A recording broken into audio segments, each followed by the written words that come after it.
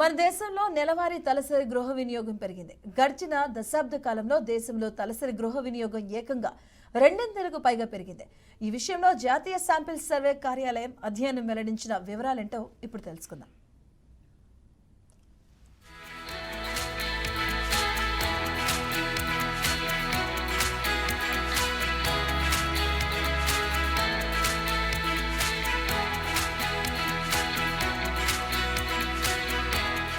భారత్లో 2011 నుంచి 2012 నాటితో పోలిస్తే 2022-23 నాటికి తలసరి గృహ వినియోగం రెండింతల కంటే ఎక్కువగా పెరిగింది. పట్టణ ప్రాంతాల్లోనూ గ్రామీణ ప్రాంతాల్లోనూ తలసరి గృహ వినియోగంలో పెరుగుదల కనిపించింది. గృహ వినియోగం వ్యయంపైన national sample survey 2022 August 2023 July మధ్య జరిపిన సర్వే వివరాల ద్వారా ఇది స్పష్టమవుతోంది. ప్రతి వ్యక్తి సగటున చేసే గృహ వినియోగ ఖర్చును తెలుసుకునేందుకు ఈ సర్వే చేపట్టారు.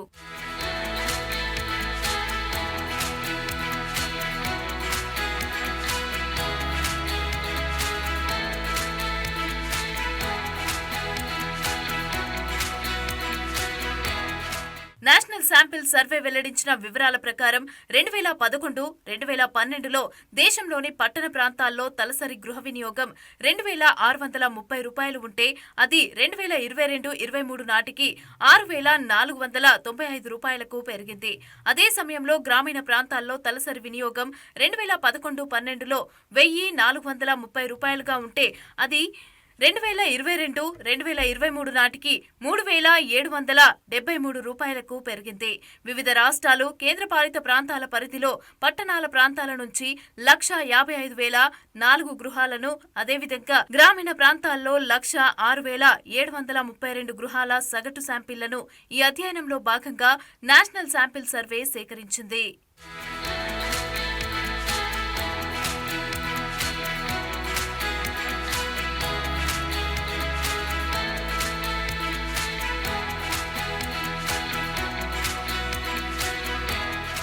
గృహ వినియోగం సర్వేను ఆధారంగా చేసుకుని దేశంలో పేదరికాన్ని అంచనా వేసింది నీతి ఆయోగ్.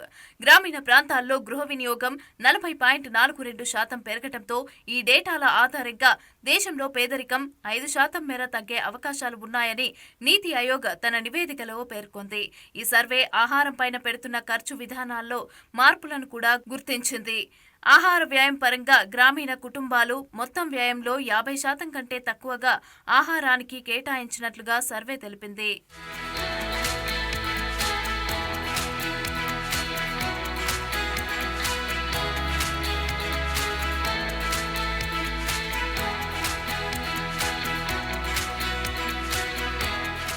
అదేవిధంగా పట్టణ గ్రామీణ వినియోగ విభజన 2004-05తో 91% నుంచి 2022-23 నాటికి 71% తగ్గిందని సర్వే పేర్కొంది.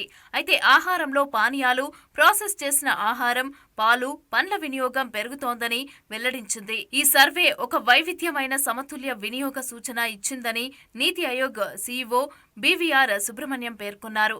కరోనా మహమ్మారి వంటి విపత్కర పరిస్థితులను తట్టుకొని మరీ ఇలా చక్కటి పురోగతి దిశగా అడుగులు వేయటం విశేషం.